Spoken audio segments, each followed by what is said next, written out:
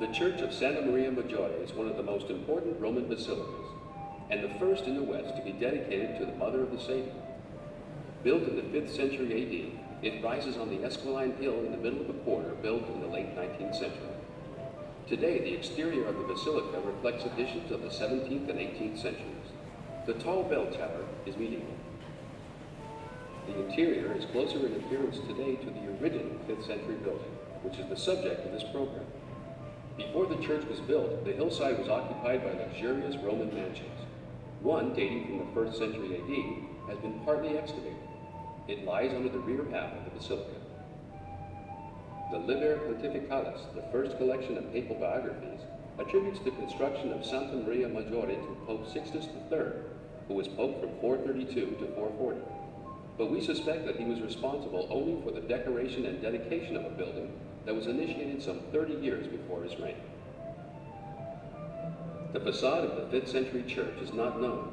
Similar Roman churches had a quadriporticus, or colonnaded courtyard, in front of the facade. The plan on the ground before the virtual basilica indicates that Santa Maria Maggiore may also have had this kind of entrance. The walls are built of concrete faced with brick.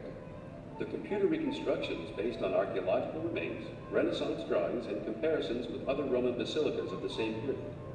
The reconstruction's plain, undecorated walls probably make too severe an impression. As at St. Peter's, the walls of Santa Maria Maggiore were probably covered with painted plaster, and the upper facade decorated with mosaics. Apart from a few important modifications made by the 18th century architect Ferdinando Fuga, the nave of the church today has not changed very much since it was built in the 5th century. Here, too, the bare appearance of the church is only partly correct. We do not know what furniture was placed in the nave. The design and location of the altar table and bishop's throne are only approximate. We do know that Sixtus gave the church hanging lamps and candelabra made of precious metals. Drapery was hung between the columns. The original pavement is not preserved. In the virtual reconstruction, the floor is based on the contemporary pavement of St. John Lateran. Above the architrave of the nave, the 5th century mosaics are still preserved today. They show scenes from the Old Testament. Above the mosaics are windows which let light shine into the church.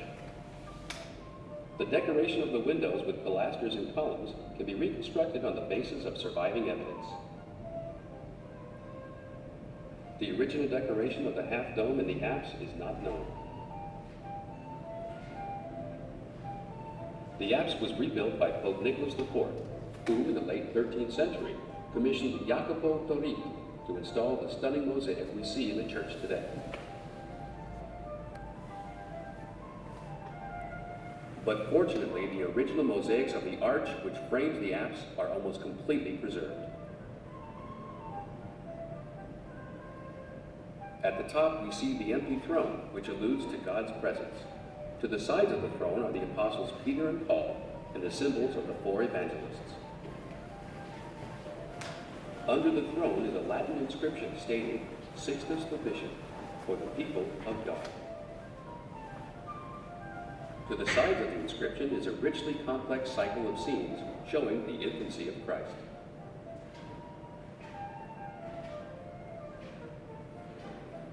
The panels above the colonnade on the left side of the nave show scenes from the life of Abraham and Jacob. Here, for example, we see Melchizedek offering bread and wine to Abraham.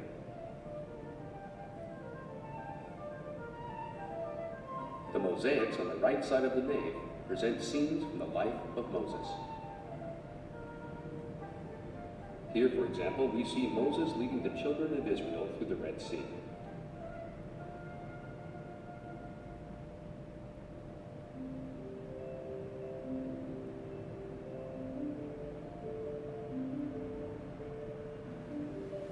Off the nave are the 2 side aisles.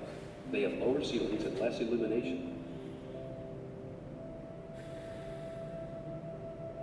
They end at the deambulatory, a kind of semicircular corridor behind the apse.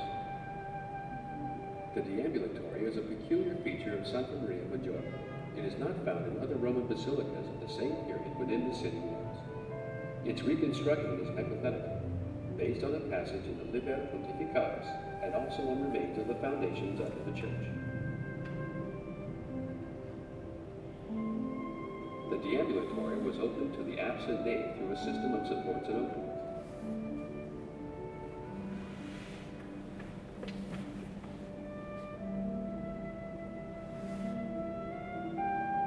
The reconstruction hypothesizes that this was achieved through a colonnade with an architrave, creating an impression of lightness.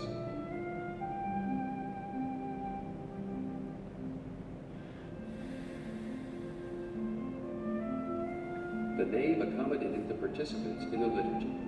The side aisles provided extra space for the faithful and permitted the congregation to circulate through the building.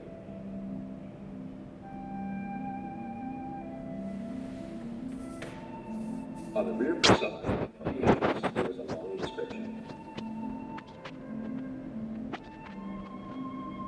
The inscription records Pope Sixtus's dedication of the church to the Virgin Mary. The text was created as a mosaic. It does not exist today and is known only from medieval times.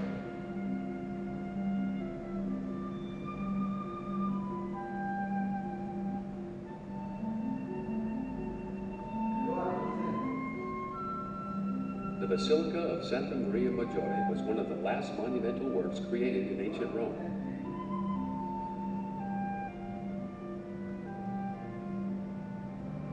Praised as at once classical and Christian, it was a church without equal for its splendor and harmony.